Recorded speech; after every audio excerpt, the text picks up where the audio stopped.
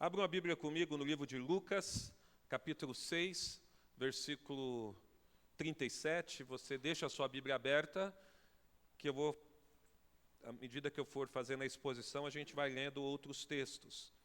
Esse é um texto que traz para a igreja muitos ensinamentos. A gente tem visto, o Evangelho de Lucas tem nos ensinado bastante como ser cristão, valores importantes, princípios necessários para o cristianismo, para uma vida santa na presença do Senhor. E aqui nesse texto não é diferente. Ele traz uma importância, ou a importância de viver o Evangelho genuinamente, de não ser apenas alguém que ouve falar, ou alguém que ouviu falar, mas de alguém que procura andar genuinamente através do Evangelho, através da prática. A gente vai ver aqui que não basta apenas ouvir a palavra do Senhor, não adianta nada se você ouvir e não praticar. Então, ao mesmo tempo que a gente tem essa gama de lições edificantes para a vida cristã, nós também vemos um alerta para aqueles que ouvem, mas não vivem, e um conforto que se encontra em Cristo para aqueles que escutam e descansam no Senhor.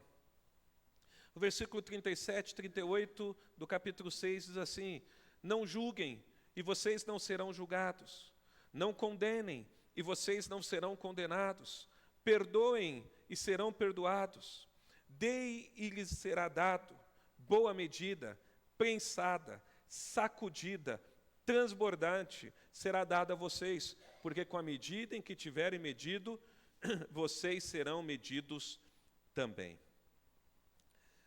Antes de entrar propriamente nesse texto que fala de certa maneira, de semeadura e colheita, eu queria perguntar para vocês se vocês já tiveram algum professor que foi ensinar algo para vocês e não sabia direito.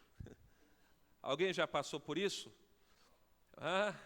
Um professor que foi ensinar uma conta de matemática e errou a conta. Ou que foi ensinar uma conjugação verbal e não soube exatamente como o verbo deveria ser conjugado. A gente às vezes se depara com isso, com professores ruins, com professores que enrolam na sala de aula. Assim, irmãos, é todo aquele que diz ser algo que realmente não é. Porque todos nós, como igreja, somos discipuladores, devemos discipular e viver o Evangelho. Mas quando a gente confessa algo com nossos lábios que não é verdade no nosso coração, a gente está sendo esse professor ruim. A gente está sendo esse professor que não sabe ensinar direito. Por isso que o texto, em certa altura, fala como que um cego pode guiar um outro cego. Mas também, irmãos, a gente vê que o versículo 37 e 38 do capítulo 6 tem um pouco a ver com esse contexto que eu estou trazendo de pano de fundo, para que vocês possam compreender exatamente o que o texto está querendo dizer. Porque às vezes a pessoa bate o olho e fala, olha, não posso julgar. Mas não é isso, o texto aqui está trazendo um contexto diferente. Claro, é evidente que está falando para não julgar, mas qual é o contexto do texto?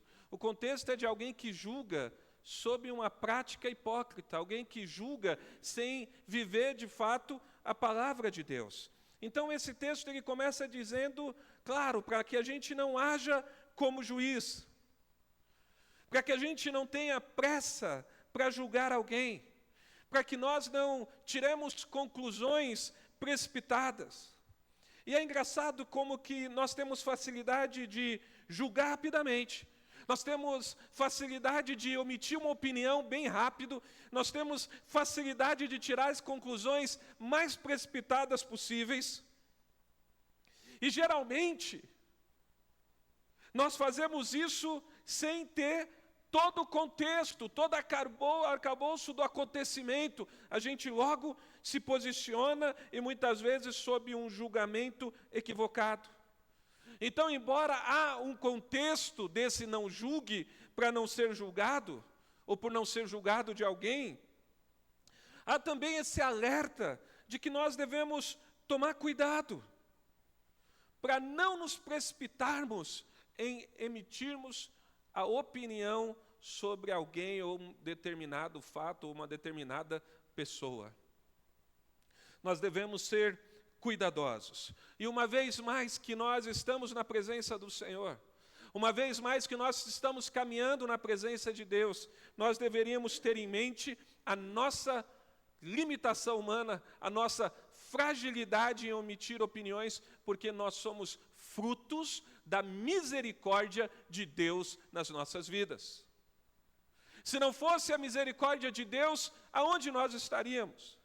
Se não fosse a graça de Deus, onde nós nos encontraríamos numa hora como essa? Talvez muitos que aqui estão, nem aqui estaria. Provavelmente morto por estar dirigindo alcoolizado, morto por uma briga, às vezes com um casamento destruído, às vezes com alguma coisa que não reflete tudo aquilo que Deus fez por nós e ainda tem feito por nós. Então, quando a gente pensa sobre a perspectiva da graça e do amor de Deus, a gente tem que, no mínimo, sermos cuidadosos nessa ânsia de julgar precipitadamente. Como eu disse, eu dei o exemplo do professor, o fato aqui não se trata de julgar. É importante dizer isso, porque tem gente que não quer ser repreendido, não quer ser ensinado e fala, a Bíblia diz que não deve julgar. Não é isso que o texto está falando. O que o texto traz aqui como contexto é que a gente deve ser, o que o texto nos orienta, é que a gente não deve fazer esse julgamento sob um fundamento que a gente não vive. Sobre algo que não é verdade para nós. O texto está fazendo referência a pessoas que condenam com facilidade. Presta atenção nisso, irmãos. Pessoas que condenam com facilidade, mas possuem uma grande dificuldade de reconhecer os próprios erros. Entendeu? Tem facilidade em condenar, mas tem dificuldade de reconhecer.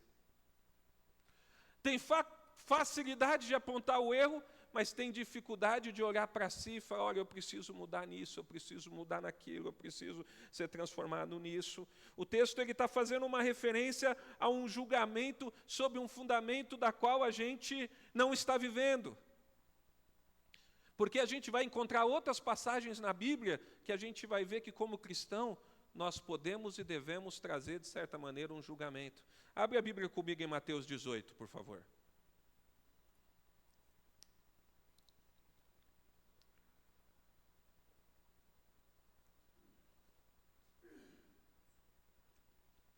Versículo 15.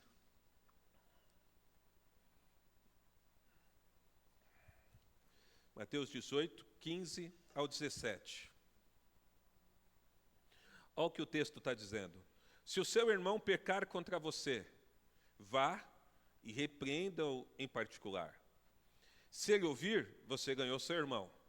Mas se não ouvir, leve ainda com você uma ou duas testemunhas. Alguns textos vai dizer testemunha, outras vai dizer pessoas, para que pelo depoimento de 2 ou 3 testemunhas, toda a questão seja decidida.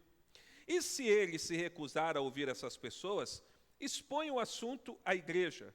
E se ele se recusar também a ouvir a igreja, considere-o como gentil e publicano.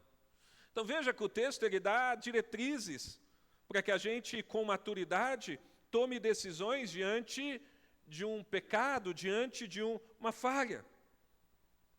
Para que a gente seja prudente como cristão, mas também nos ensina o caminho, se está algum irmão em falta, como esse irmão deve ser corrigido. Aqui está fundamentado a disciplina na igreja. Quando a igreja disciplina alguém que está em pecado, porque disciplina na igreja é algo bíblico, que tem sido abandonado, mas que é bíblico. E esse é o caminho para que a disciplina aconteça. Também o texto que fala não julgue para não ser julgado, ele aponta para a nossa rapidez, mas também nos choca quando a gente esquece que nós somos semeadores. E quando nós semeamos algo, nós vamos trazer a colheita em algum minuto, em algum momento. Nós vamos colher aquilo que a gente está semeando. Então, quem julga, será julgado. Tem uma frase no mundo que, ela é feia, irmãos. Às vezes a gente encontra em roda para-choque de caminhão, às vezes em algum adesivo no carro, é feia, mas era uma verdade. O mundo não gira, ele capota. Não tem essa expressão? Eu sei que ela é chula, ela é feia mesmo, mas ela traz uma verdade contida ali, porque a dinâmica da nossa vida, ela muitas vezes, pela nossa limitação humana, a gente vive um ciclo. A gente tem momentos que a gente está extremamente bem, mas a gente tem os momentos de fragilidade em todas as áreas das nossas vidas. E a gente precisa ter o entendimento de que nós não podemos ser prontos a condenar sob um fundamento hipócrita, se esquecendo que nós também somos falhos. Agora, é claro que o homem espiritual, sob a palavra de Deus, nós temos que tomar posições, às vezes, nos posicionar sobre certas coisas. Então, é triste alguém achar que se encontra em uma posição de que pode condenar alguém. É triste quando nós nos esquecemos que a nossa salvação é por meio da fé, mediante a graça do Senhor. Porque quando a gente acha que somos salvos pelos nossos méritos, nós somos implacáveis no nosso julgamento. Quando a gente acha que são os nossos méritos que nos tornam bons cristãos, a gente é implacável em apontar os dedos. Mas quando nós nos lembramos que é a graça do Senhor, então nós manifestamos misericórdia e manifestamos amor uns para com os outros. Não é que a gente tolera o pecado, não é que a gente vai passar a mão naquilo que é pecado, mas nós vamos expressar uma correção sob uma perspectiva do amor de Deus, buscando consertar, buscando corrigir, buscando instruir, assim como nós instruímos os nossos filhos quando eles erram. A gente não põe o nosso filho para fora de casa, a gente os instrui, a gente ensina, e a gente ora para que eles entendam aquilo que nós estamos ensinando. Então é triste quando a gente se acha numa posição de alguém que pode condenar uma pessoa. Geralmente, irmãos, quem age assim não compreendeu o poder de Deus no perdão. E que da mesma forma que fomos perdoados, devemos ter a clemência para perdoar. Essa é a compreensão do Evangelho. Nós acreditamos no perdão de Deus. Nós acreditamos na misericórdia de Deus, no amor de Deus. Nós acreditamos que esse Deus é um Deus que salva, e que muda e que transforma. Por isso nós temos que ser cuidadosos no nosso julgamento. E também por isso nós não podemos esquecer que um julgamento sob um fundamento hipócrita, Deus está condenando. O perdão aqui, queridos, que o texto cita, não é um prêmio por você perdoar alguém, porque ele diz assim no versículo seguinte, no mesmo versículo, perdoem e serão perdoados. A impressão que dá é que a gente está recebendo um prêmio porque nós estamos perdoando alguém. Mas o perdão aqui, perdoe e será perdoado, é uma evidência que realmente nós nascemos de novo no Senhor. É uma evidência que o Espírito está trabalhando em nós. Olha o que diz Mateus, capítulo 18, versículo 28 ao 35. 18, 28 ao 35. Diz assim: saindo, porém, aquele servo, encontrou um dos seus conservos que lhe devia 100 denários. Agarrando-o, começou a sufocá-lo, dizendo: paga-me o que você me deve. Então seu conservo, caindo aos pés dele, pedia: tenha paciência comigo, e pagarei tudo a você. Ele, porém, não quis. Pelo contrário, foi e o lançou na prisão até que saldasse a dívida. Vendo os seus companheiros o que havia acontecido, ficaram muito tristes e foram relatar ao seu senhor tudo o que havia acontecido. Então o senhor, chamando aquele servo, lhe disse: servo malvado, eu lhe perdoei aquela dívida toda, porque você me implorou.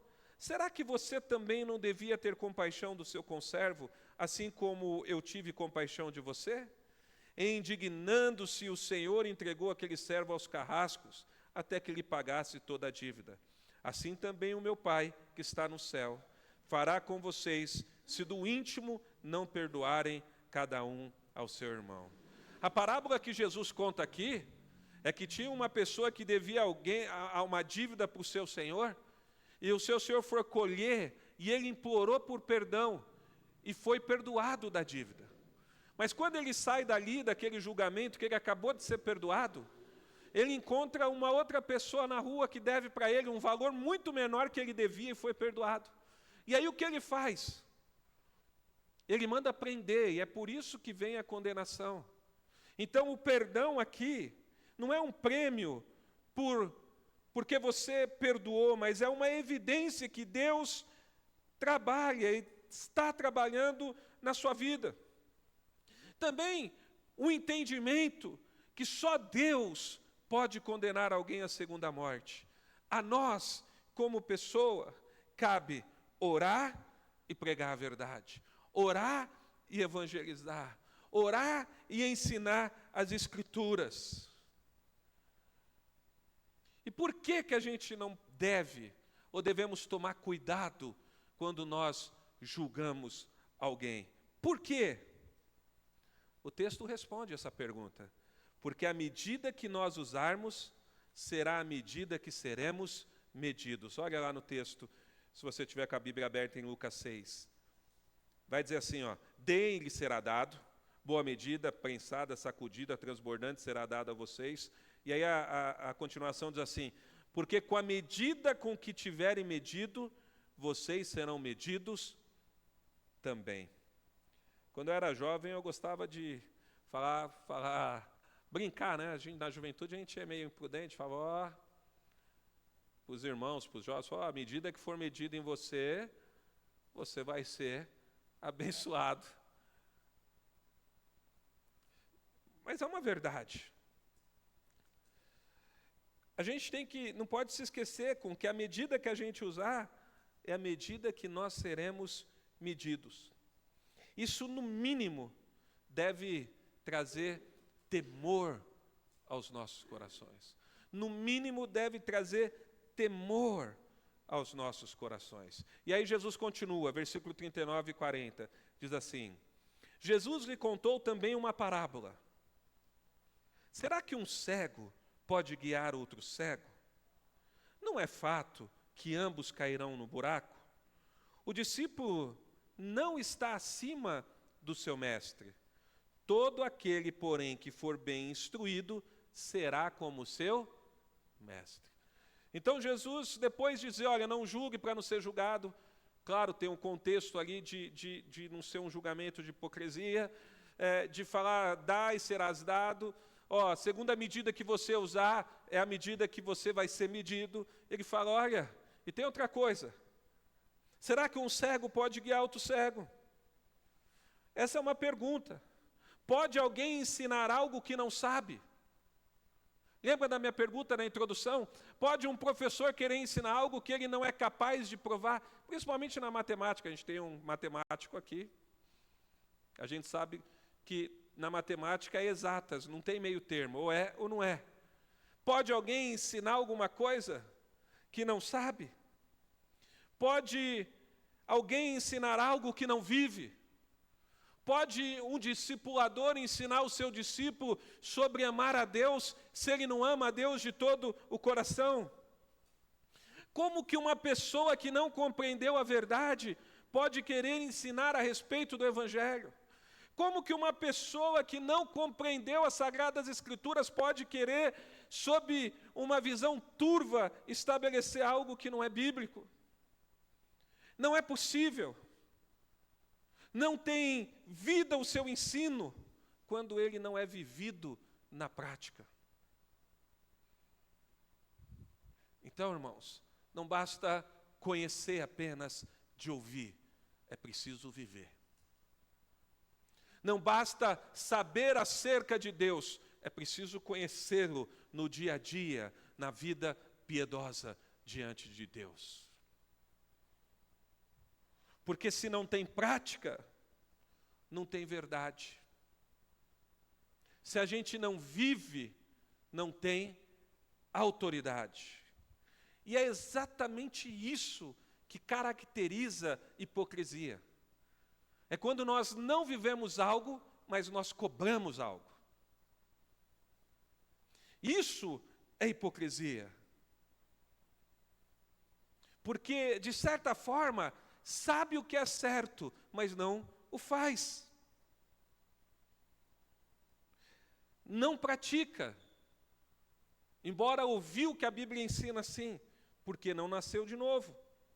É mais ou menos assim, tem uma noção, um conhecimento acerca de algo, mas não sabe o que é realmente na prática.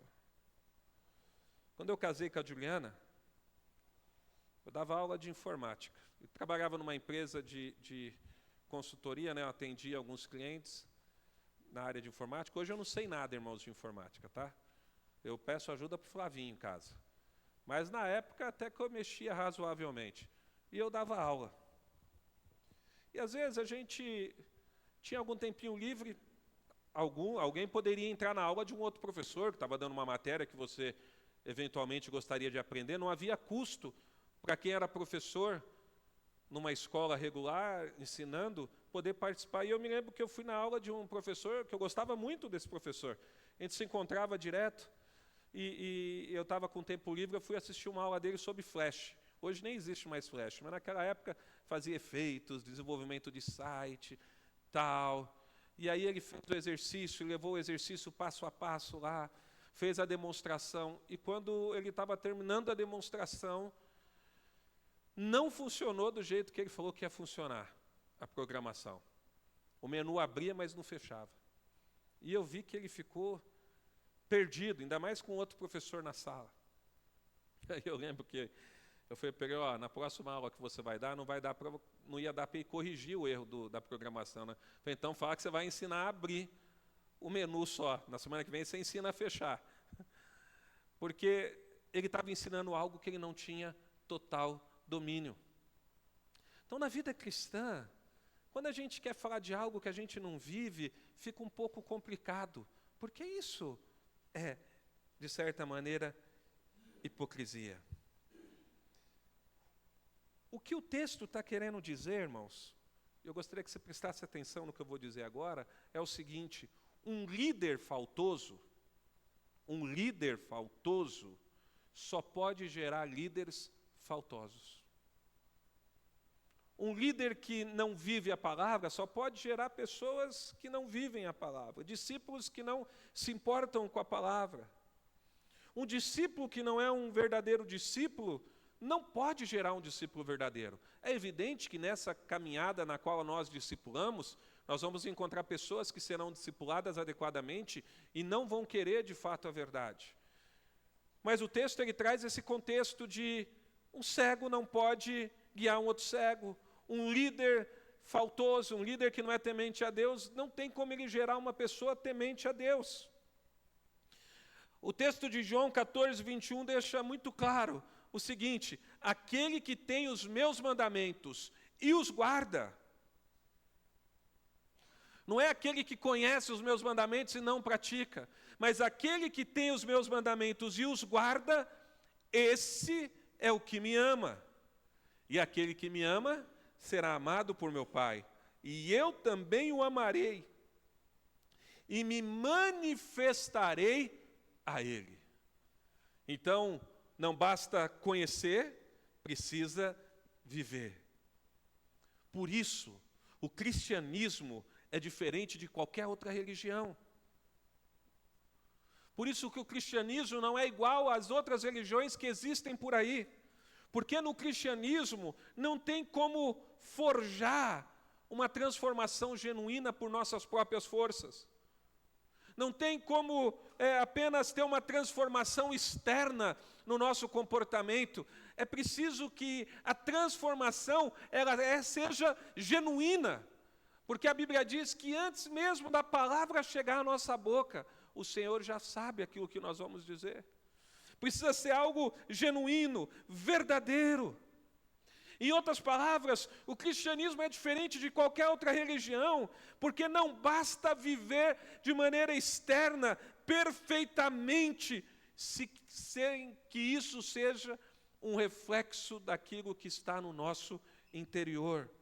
Porque no cristianismo, viver externamente aquilo que não é verdadeiro no interior é chamado de sepulcro caiado. É como se aquele ditado, né? Por fora, bela viola, por dentro, pão bolorento. Isso é chamado também de religiosidade, hipocrisia. Então, a gente precisa entender que no cristianismo, nós temos que buscar uma transformação que é de dentro para fora. Não é de dentro para fora.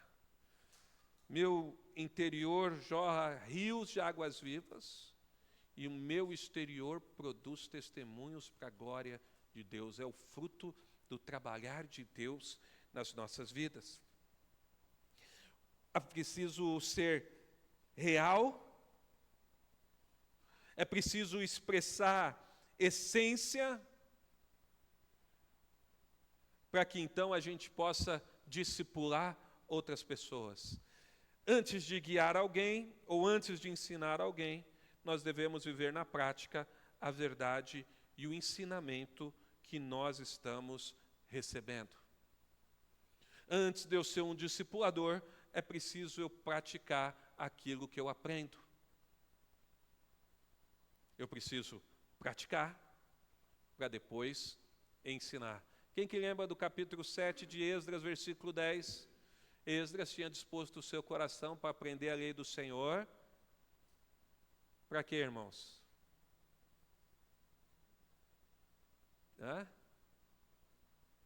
Abre aí em Esdras, capítulo 7, versículo 10. Para aprender.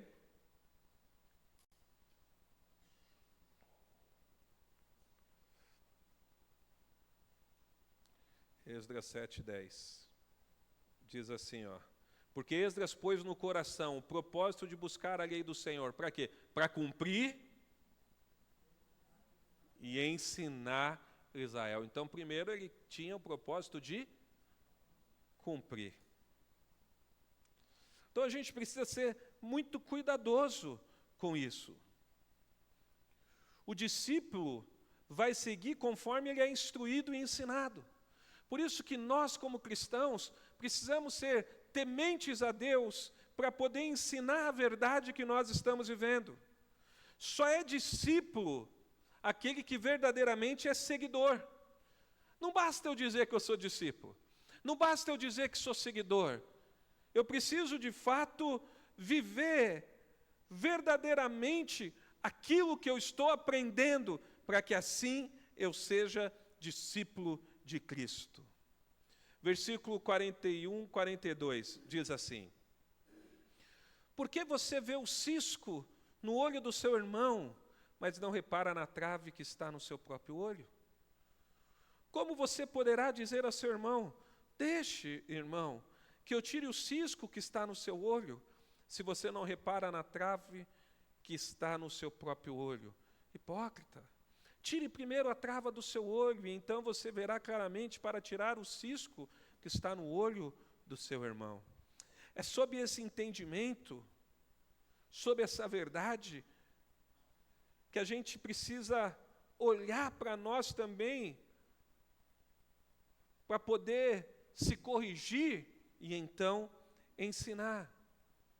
Esse é um requisito para os seguidores de Cristo. Não é algo opcional. É um requisito. Para me ensinar, eu preciso também me corrigir, biblicamente falando. São palavras duras, eu sei. E eu dou graças a Deus que eu prego expositivamente, porque quando eu preparei essa mensagem, eu preparei porque é a sequência do texto. São palavras duras. mas que serve de alertas para todos nós que estamos aqui, para que a gente não seja pessoas hipócritas, para que a gente não cobre algo que a gente não vive. Isso soa familiar para você? Cobrar algo que você não vive de fato?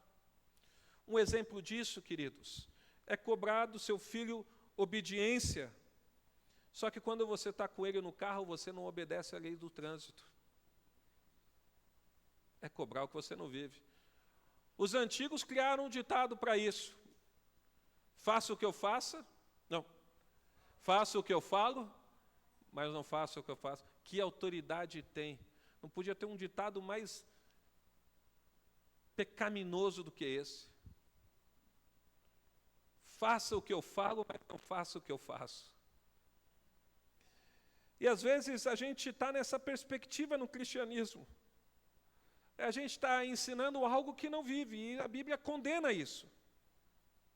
Por isso que o exemplo do filho se encaixa fortemente, né? Porque às vezes a gente quer cobrar a obediência do filho, mas ele sabe que nós mesmos não respeitamos as leis que estão aí.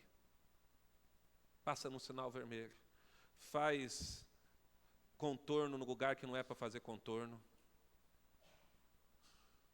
sonega imposto, tantas outras coisas, tira vantagem das pessoas. Tudo isso, seu filho está vendo. Quando seu filho deveria ver você lendo a Bíblia, ver você orando, vendo você ser cuidadoso na seleção daquilo que você assiste, vendo você sendo cuidadoso naquilo que você fala, vendo você sendo cuidadoso naquilo que você escuta, com quem você anda, com quem você compartilha as coisas. Porque aí a gente vai ensinar que a gente é obediente àquilo que nós devemos obedecer. E vamos transmitir a mensagem também que é preciso ser obediente e submisso a Cristo para poder discipular e ensinar. Porque um cego não pode guiar outro cego. Caminhando para o fim, irmãos, 43 ao 45. Aí diz assim: não há árvore boa que dê mau fruto, nem árvore má que dê bom fruto. Porque cada árvore é conhecida pelos frutos que produz. Porque não se colhem figos de ervas daninhas, nem se apanham uvas dos espinheiros. A pessoa boa tira o bem do seu bom tesouro do coração, e a pessoa má tira o mal do seu mau tesouro, porque a boca fala o que o coração está. Nossa, isso aqui é muito verdade. É muito verdade. A boca fala o que o coração está cheio. Não sei se eu já falei para vocês, mas provavelmente eu já falei. Ninguém peca da noite para o dia. A pessoa estava firme, e aí ela foi lá, e aí ela teve um vacilo e pecou. Não. O pecado primeiro acontece na mente, né, no coração. A gente aceita aquele pensamento, a gente constrói aquilo na nossa mente, para depois, então, a gente executar o pecado.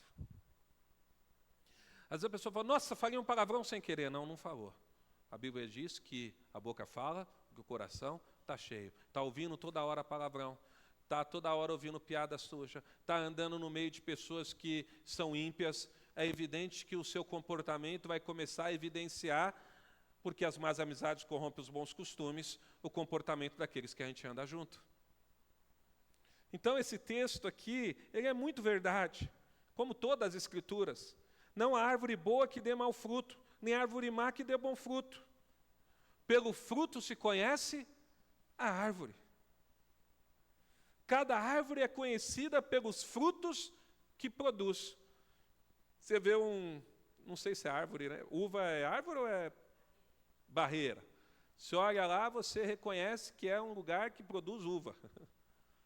Você vê uma árvore que tem laranja, você reconhece que é uma laranjeira. Então, os frutos, eles refletem a árvore. E somente uma árvore boa pode dar bons frutos.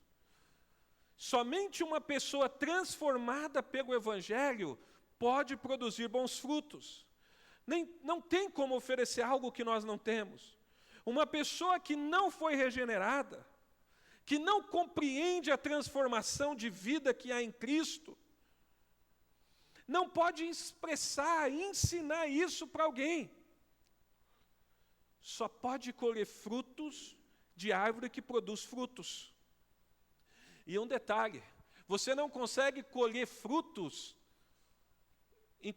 na árvore que... Você não consegue colher uva numa árvore de maçã. Por isso, a pessoa, ela sempre vai expressar o que realmente está no coração dela. Sempre. No fim, o que vai ser revelado é aquilo que está no coração. A boca fala o que está no coração, né? A boca fala o que está no coração. A prática reflete a quem realmente nós servimos. Eu não digo uma conversa de 5 minutos ou 10 minutos com uma pessoa, mas quando você conversa com a pessoa horas e horas, então você é capaz de perceber se aquilo que ela está vivendo é uma verdade ou não. E aí, para mim terminar, do versículo 46 ao 49, diz assim: por que vocês me chamam Senhor, Senhor, e não fazem o que mando? Eu vou mostrar a vocês a quem é semelhante todo aquele que vem a mim e ouve as minhas palavras e as pratica. Esse é semelhante a um homem que, ao construir uma casa, cavou, abriu profunda vala e lançou alicerce sobre a rocha. Quando veio a enchente, as águas bateram contra aquela casa e não puderam abalar, por ter sido bem construída. Mas o que ouve e não pratica é semelhante a um homem que construiu uma casa sobre a terra, sem alicerces. E quando as águas bateram contra ela, logo desabou. E aconteceu que foi grande a ruína daquela casa. Então Jesus, ele traz mais um exemplo para nós aqui, daquele que é prudente, que ouve a palavra de Deus e pratica, esse tem uma casa bem firme. Não quer dizer que não vai vir a tempestade, irmãos, não quer dizer que não vai vir a água, não quer dizer que não vai vir a chuva, não vai ter momentos difíceis, mas está dizendo que nos momentos mais difíceis, essa casa vai permanecer em pé, porque ela está fundamentada. Mas aquele que ouve e não pratica, quando isso vem sobre aquela casa, então aquela casa cai em ruína. Então aqui aparece a diferença em quem serve a Deus e quem não serve. Jesus diz: olha, não adianta me chamar de Senhor e não fazer o que é ensinado nas Escrituras. Isso é um depoimento contra si mesmo. É preciso entender que só é servo desse Senhor aquele que pratica, que obedece, que ouve, que faz aquilo que a Bíblia ensina. Aquele que ouve e pratica, diante da tempestade escatológica, diante do fim do mundo, diante das situações mais adversas da vida, não vai sucumbir na sua fé. Não vai sucumbir diante da força das águas, mas vai permanecer firme nos ensinamentos que recebeu. Sabe o que eu estou querendo dizer, irmãos? É que a instrução, ela penetrou de tal forma no coração, Carolina, que quando vai para a igreja, ou quando vai para a faculdade, um jovem, e aquela instrução está no coração, ele não vai sucumbir diante de toda ideologia que vai ser trazida junto com o curso que ele vai estar aprendendo na faculdade, haja visto que as nossas faculdades foram tomadas por ideologias que são contrárias às Sagradas Escrituras. Ele não vai sucumbir a valores que não são cristãos. E ele não vai sucumbir a isso, porque ele vai estar firmado em Jesus. Irmãos, o texto aqui não está tratando de uma casa material, é apenas um exemplo para que a gente compreenda. Um exemplo de que há uma colheita, se nós somos aqueles que ouvem e praticam, e se a gente é aquele que ouve e não pratica. Aquele que ouve e pratica, ele não sucumbe. Sabe por quê? Olha o que está em Gálatas 2:20. Logo, já não sou eu quem vive, mas Cristo vive em mim. E esse viver que agora eu tenho na carne, vivo pela fé no Filho de Deus, que me amou e se entregou por mim. Ele não vai sucumbir porque ele vai estar com a vida escondida em Cristo. Ele não vai sucumbir porque a vida dele vai estar oculta no Senhor. Colossenses 3, versículo 3 e 4 diz assim: porque vocês morreram e a vida de vocês está oculta juntamente com Cristo em Deus. Quando Cristo, que é a vida de vocês, se manifestar, então vocês também serão manifestados com Ele em glória. Então lembre, não julgue para não serem julgados. À medida que vocês medirem, serão medidos. Tudo isso traz um contexto de pessoas que ouvem e não vivem. Jesus está confrontando a hipocrisia. Jesus está confrontando aquele que escuta, mas não pratica. Ao mesmo tempo, a Bíblia está mostrando o perigo disso para aquele que escuta e não pratica. Porque quem escuta e pratica está seguro, mas quem escuta e não pratica, quando vem a tempestade, cai em ruínas. E a gente não pode pensar apenas nas tempestades dessa vida, irmãos, mas que haverá um fim para todas as coisas, da qual nós vamos comparecer diante do justo juiz. Uma tempestade escatológica, vamos colocar assim. E ali, você vai ser daqueles que estão fundamentados na rocha, que é Cristo, ou daqueles que ouviram, chamaram de Senhor, mas não fizeram o que o Senhor mandou. Somente aqueles que estão em Cristo vão desfrutar da paz na eternidade. Que quando vier o fim, não cairão em grande ruína. Portanto, seja um servo verdadeiro. Não finja ser algo que você não é. Fingindo ser um cristão verdadeiro nas palavras e no julgamento, sem de fato produzir frutos dignos de arrependimento. É possível fingir algo para os homens, mas Deus conhece os nossos verdadeiros frutos, irmãos. Então, o meu apelo à igreja é que nos entreguemos totalmente diante de Deus e que possamos nos esconder diariamente em Cristo para a glória dele. E aí sim, trilhando essa verdade, fazendo discípulos, anunciando as boas novas, pregando transformação por meio de Cristo Jesus. Amém?